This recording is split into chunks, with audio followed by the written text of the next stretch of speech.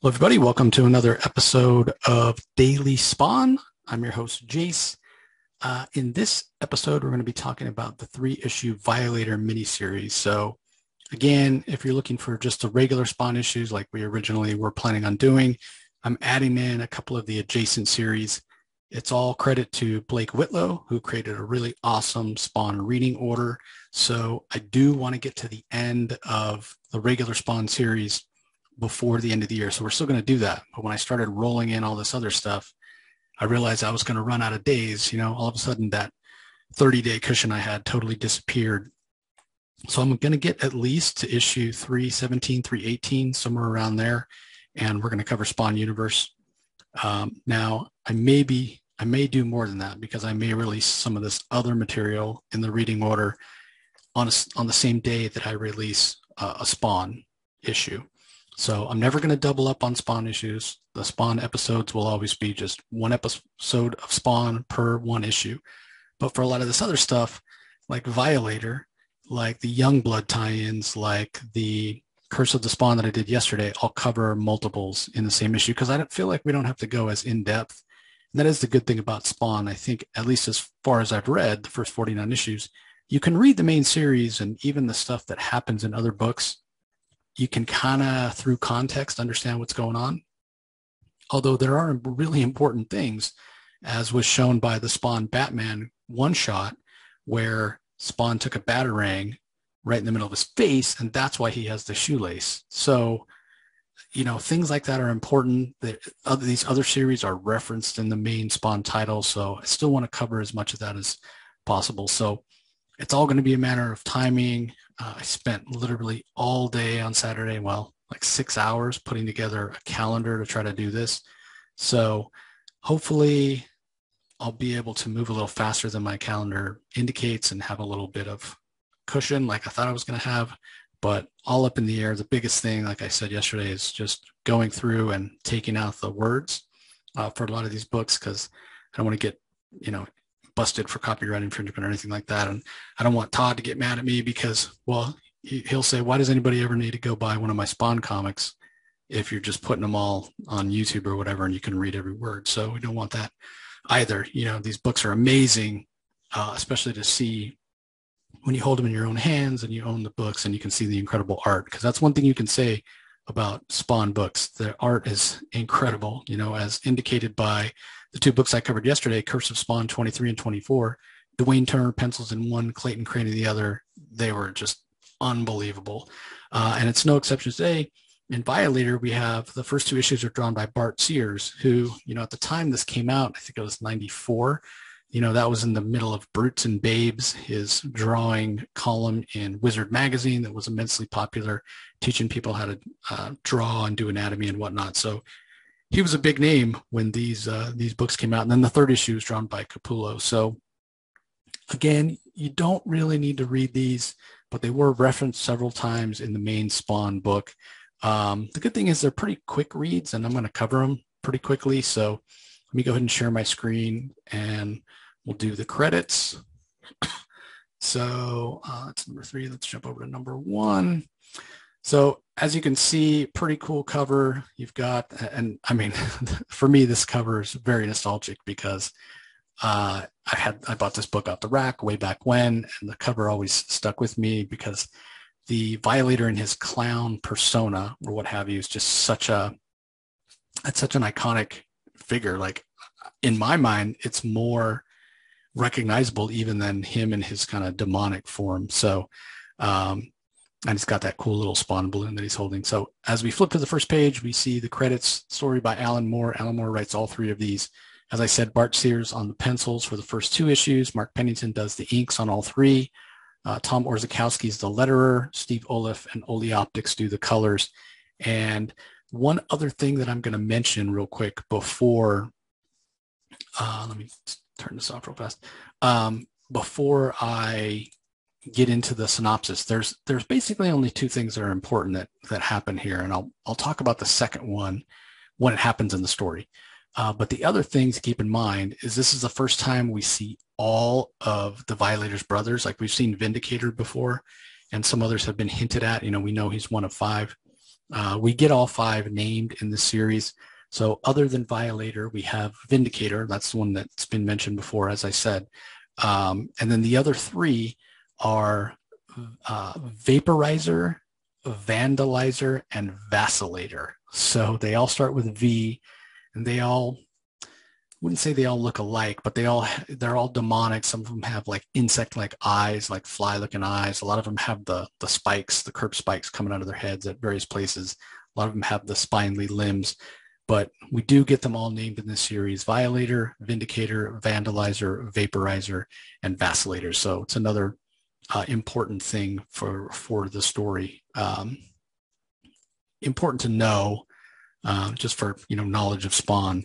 Maybe not super important when it comes to the fate of the world or anything like that, but it is something that's this series should be noted for. So it kicks off, and all the brothers are watching the equivalent of TV, I guess you'd say, cable TV in hell, and they're looking at the world. And we're told, based on the type of blood that affects the reception, which is kind of funny. And they're talking about how Vindicator has embarrassed them by getting in trouble with the mob. Because remember, this happens early in the where it fits in the reading order. So it's I want to say it's right before is it issue 21, I think. That was the place we were at, same place we were at yesterday when we were talking about the Curse of the Spawn. Let me just pull up the reading order here so I can tell you guys for sure where it fits in. Yeah, actually it fits in right after the hunt. So the Curse of Spawn stuff ends at right before issue 21. And then we've got after 24, Violator 1, 2, and 3. And then we pick up with Spawn 25 after that. So again, the Blake Whitlow reading order is very, very helpful. There's a link in the show notes to the Google Doc, so you can go and check it out for yourself. But anyway, back to the story. Yeah, these guys are embarrassed that Vindicator's pissed off the powers that be, namely Malebolgia, because of him Vindicator messing with the mob and whatnot. And we know he's got no powers right now. He's stuck in his human form. And so his brothers are kind of, they're not real happy with him. They say he's kind of an embarrassment, and they think, man, maybe we should go take him out. And then, of course, for comedic effect, they always ask Vacillator what he thinks, and he goes, he'll say one thing, and then he'll say the other. Hey, it's him. Should we take him out? Should we not? He's like, maybe. So anyway, they're pretty embarrassed by him, and as they're watching, we see members of the mob. They're about to throw the Violator into the water, and you notice he's wearing this classic mob cement boots. So right as he gets thrown in the water, he snaps out with his teeth and grabs one of the guy's ties. And as he's falling down, he manages to free his hands. He pulls out the guy's gun. He shoots him. Then he uses the gun to break through the cement, blows a couple holes in the cement, and escapes. And the guys that are left on shore are kind of looking around going, where would he be? Well, if he washed up, he'd be on the sandbar.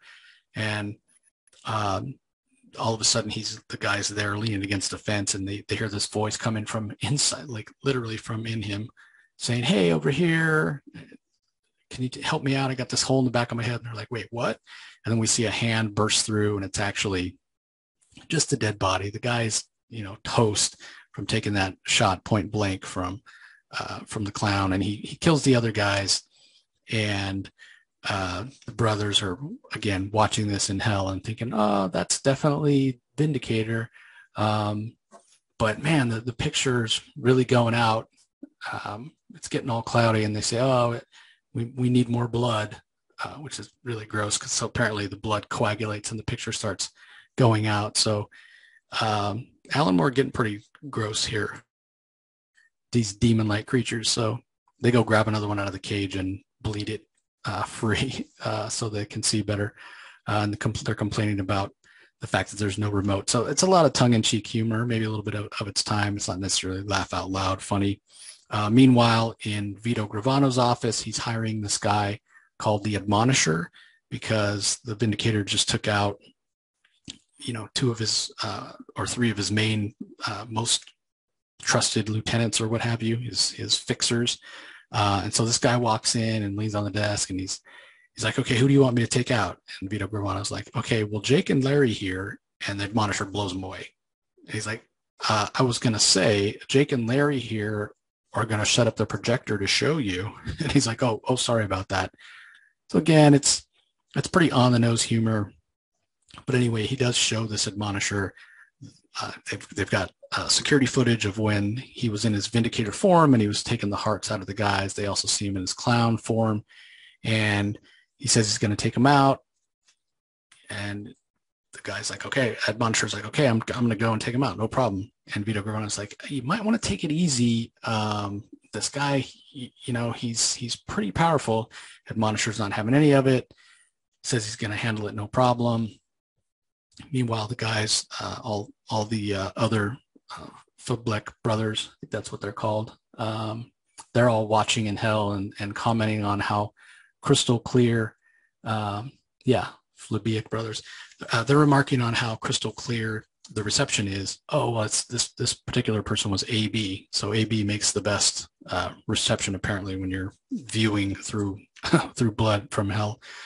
So meanwhile, the Violator's walking through a mall. He's got the guy's head stuck on his arm. So again, not for the faint of heart, definitely for mature readers. And apparently he went to the mall looking for a hacksaw to cut this guy's head off his arm, when all of a sudden the admonisher attacks, and kind of living up to his name, where that name comes from, the admonisher. That's what he does to people as he's attempting to kill them. I'm here to give you a darn good telling off, so in addition to killing you, I'm going to tell you that, you're not a very good assassin or whatever, he's going to admonish. So again, the Violator has no powers. He's stuck in human form. So of course he tries to run away. He's not going to be able to take this guy out. So he's just trying to get away. He doesn't even know where this guy's come from or why he's after him. Meanwhile, the brothers in hell are trying to decide, well, wait, we don't want one of the Fleabag brothers to be taken out by a mere mortal. That's going to make us all look bad. We already look bad enough to Malebolgia because of Vindicator not following orders, and maybe we should go take him out ourselves. But they can't decide. Vacillator's like, I don't know if we should or we shouldn't. And so they end up getting another one of the humans out of the cage, and they basically do like a wishbone thing. One guy grabs the feet, one guy grabs the head. They pull them apart, and what's decided is they're going to go ahead and go and take out the Violator themselves. So meanwhile, he's still being attacked by the admonisher, who's giving him an old-fashioned tongue lashing, blah, blah, blah. And as Vindicator's trying to run away, all of a sudden he notices that everything is becoming more hell-like.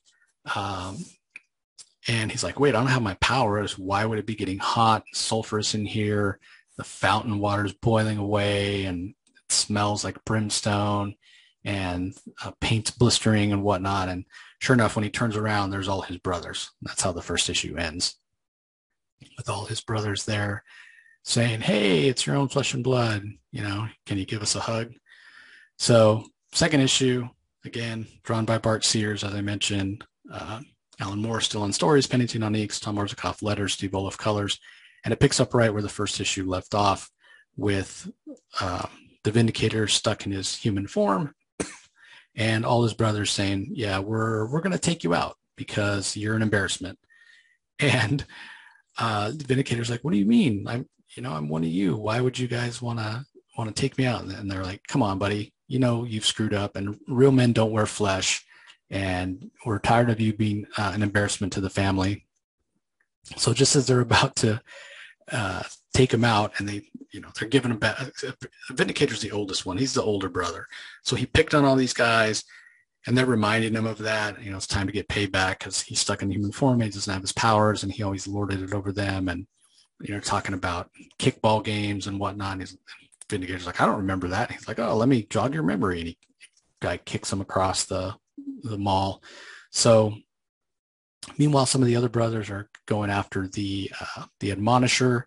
A third brother is putting a dome over the entire area that the mall is in, so that they won't be disturbed.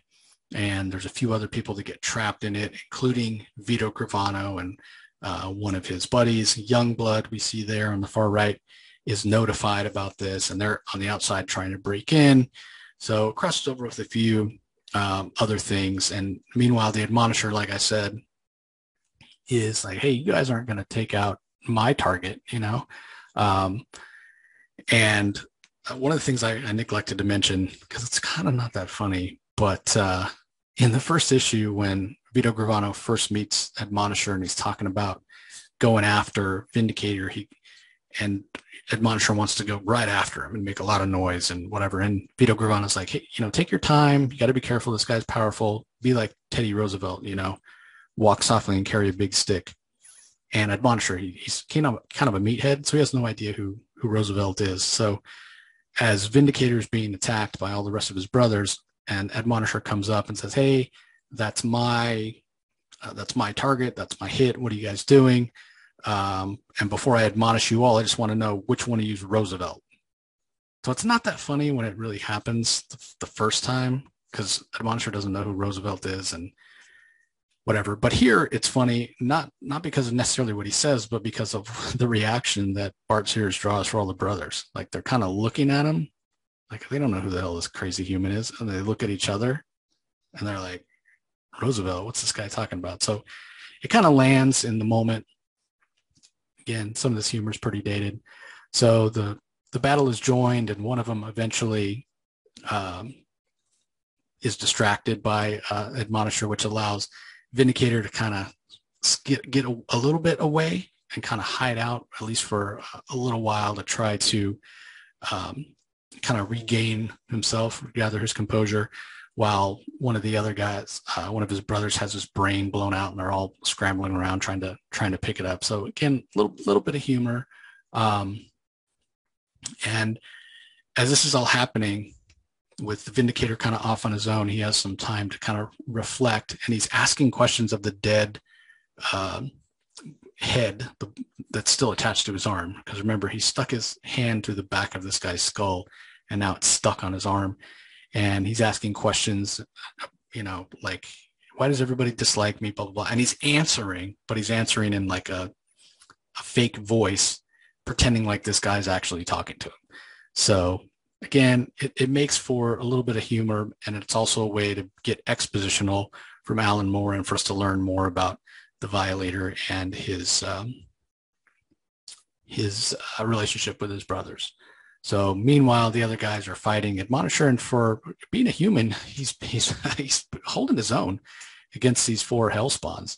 He's doing pretty well. And meanwhile, Violator continues to have the conversation with this guy, talking about his dad and how he was the oldest, and how they all killed his dad, and you know, everybody was always jealous of him. And so eventually one of the brothers is able to grab Admonisher and swallow him, but it's not long before the guy's like, I have a stomach ache, and we see Admonisher blasting his way out of the guy with a big hole in the guts, and he's all covered in blood and what have you. So again, for being a human, Admonisher is pretty formidable against these guys.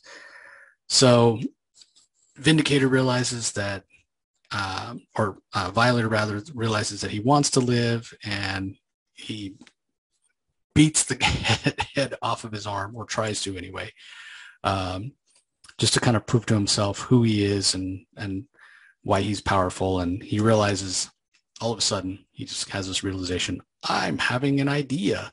You know, there's a big light bulb over his head, and you know, he realizes where he is in New York. And so he runs outside. He runs into some guys in an alley, right? Is this pretty foreshadowing here? You have an idea where he's going right away. Yeah, and sure enough, where he's going is he's going to see Spawn. He wants to get his powers back. So we'll see how that plays out in issue number 3. Again, this one's by Greg Capullo. As far as pencils go, everybody else is the same. And Spawn's like, you know, why should I help you? You've done nothing but cause problems. What are you doing here? And there is a big pull-out poster. I think it doesn't show particularly well in the scan I have. Scan I have is not very good, but it's like a 4-part sort of pull-out poster. And what the Violator says is, well, my brothers are here and I need to take care of them. And the mob also sicked this admonisher on me. And I know that Vito Gravano is your enemy. So if you do me a favor of giving me my power back, I'll take out these guys that are messing up your turf, right? You don't want my 4 brothers and this admonisher around. So just give me your powers, give me my powers back, and I will give you the power. Once I get my powers, I'll be able to give you your power back, because that's what Spawn says. Spawn's like, you think I'm going to drain any of my power levels to help you? Like, why would I do that? And I don't know why Spawn believes him, but that's what, I mean, I guess the Violator's he's been around a long time. He's used to manipulating people, and he does say, hey, wake up and smell the brimstone. It's 4 dudes. You got 4 dudes with my power level, and I can take them out. How much of your power do you think you're going to use up trying to take them out? But you give me my power back, or allow me to have access to my power, I'll repay you the energy you spent, and then I'll go take out my 4 brothers. So, I mean, Spawn obviously must believe him.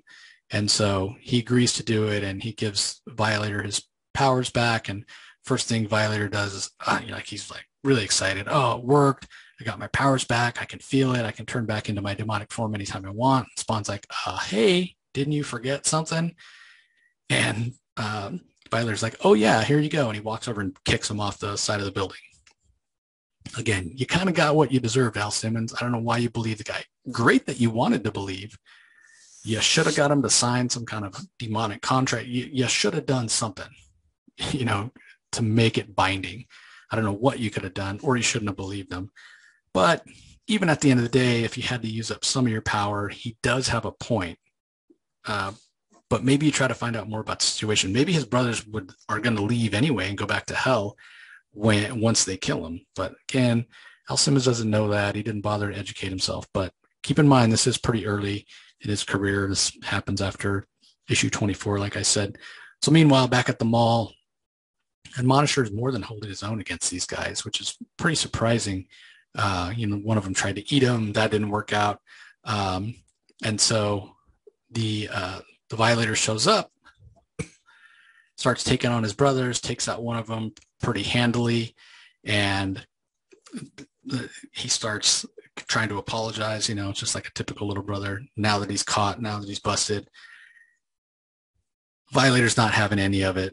He pretty much pounds him into like nothing, just nothing. Like he picks him up, he squeezes it. There's nothing left of him but like a little tiny puddle.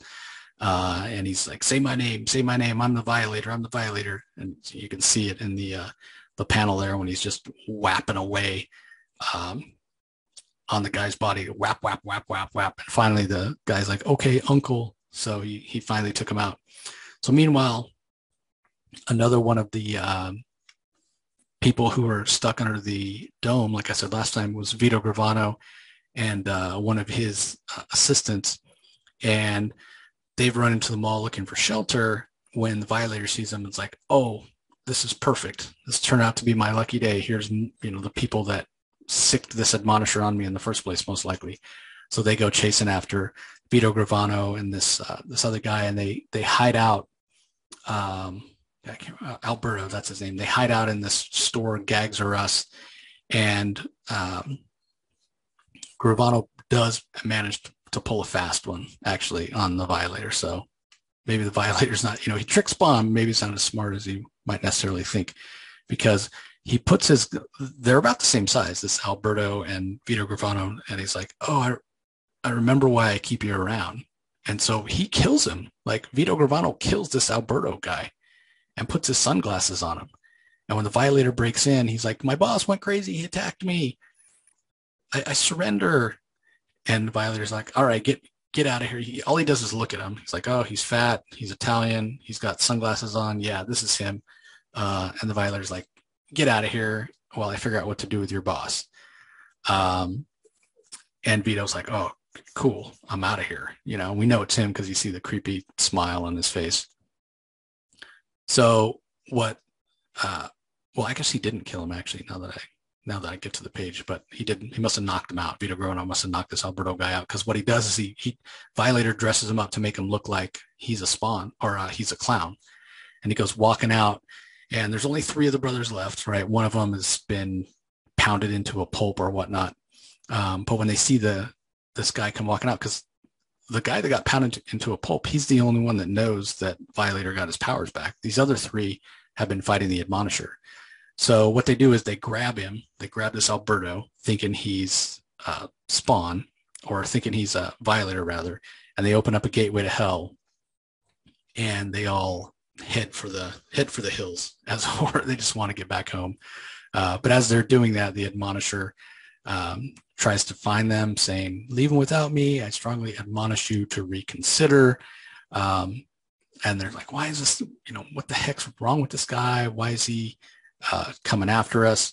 Meanwhile, we see Vito Gravano listening in, happy that he managed to escape, because Alberto, got taken to hell, as it were.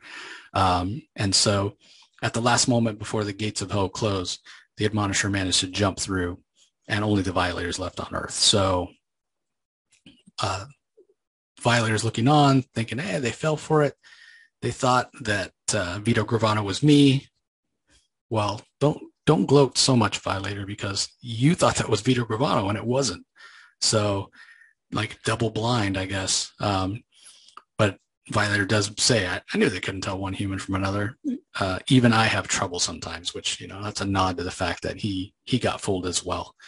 So that's basically it. That's the story. So there's two important things here, right? Like I said, we learn the names of all the brothers, and this is how Violator gets his powers back. He tricked Spawn into giving him his powers back. If he hadn't, he probably would have been out of Spawn's hair for a lot longer and wouldn't have been able to pull all the mischief that he eventually does pull with by teaming up with Vito Gravano. So there's a couple of epilogues. We see Youngblood talking about how there was a force bubble, and there were some wounded people inside, and something crazy must have happened, because everybody was talking about demons from hell. We also see Vito Gravano going back to his offices, and some of his other people that work for him are saying, "Where's Alberto?" Of course, he's not going to tell him. And then, of course, we see Spawn laying in the alley after having been kicked off the side of the building by the Violator after he gave him his powers back. And then on the last page, what we see is Violator with his powers back, roaring and happy to be home. And the worst part for Spawn, the best part for the Violator, is that he tricked Spawn into giving him his powers back, didn't have to give up anything to get them, and now he's going to go after Spawn like he always wants to. So that's it. That's the story. Not a lot to it. The first two issues with the Brad Sears art are pretty dynamic art, but very heavy line work. I mean, it's just typical Brad Sears art. So it's very impactful. It's very over the top. Even the Capullo art isn't as kind of sharp as we'll eventually see Capullo's art get when he works on Spawn, but this is early in, with him coming on. Plus, I think he probably was trying to emulate Bart Sears at least a little bit, so that it looked better for in terms of a cohesive 3-issue arc. Wasn't really collecting a lot of trades or whatnot back then, so I don't think he was worried about that. But the art is his art here. Capullo's art here does feel a little bit more like Bart Sears art than it will later on. I mean, it's still more detailed than Sears gets, and the colors even feel a little brighter on the 3rd issue, but again, it might be the scan that I have. So yeah, I mean, we basically learn that the mob is probably no longer going to mess with Violator, because they know he's got his powers back. And we see Gravano basically sacrificing one of his men to get the Violator off of his back. So even though they know the Violator killed a bunch of their guys, ripped out their hearts, whatever, with what Vito Gravano saw in that mall, he's probably like, I'm going to leave well enough alone. But this is how the Violator got his powers back. We do learn the names of his brothers. Other than that, it's just okay. I'm not the biggest fan of the character of the Violator. This is Alan Moore, and he could have, I feel like, gone kind of Alan Moore and maybe made this a little more sophisticated, because he certainly brought a lot to the issues of Spawn that he wrote. But for whatever reason, he goes kind of over the top here. A lot of humor that, I mean, some of it lands. There were times where I kind of got a chuckle. But yeah, maybe it's just showing that when it comes to these Hellspawn, they're really not that intelligent. They're kind of like young teenage boys in a lot of ways, like 13, 14-year-old boys with their potty humor and their bad jokes and giving each other a bad time like brothers tend to do. So, I mean, on that level, I guess it works if you think about it like that. But all in all, it's just okay. I'm not recommending anybody run right out and buy these. Although if the Violator shows up in the upcoming Spawn movie, who knows? This book. I mean, they're not first appearances of him, but I wouldn't be surprised if the book got a little bit of a bump. So anyway, that's going to do it for this episode, everybody. Hope you enjoyed it. We appreciate your support. As always, be sure you check out all the other content that we put out beyond the Spawn Daily. Tons of interviews coming this week and next week, as always. And we have our DC Spotlight on Tuesday, as well as our New Comic Wednesday episodes every week that give a rundown, spoiler-free, for all the non-DC books that come out each week. So as I said, we appreciate the support as always, and we'll talk to you next time.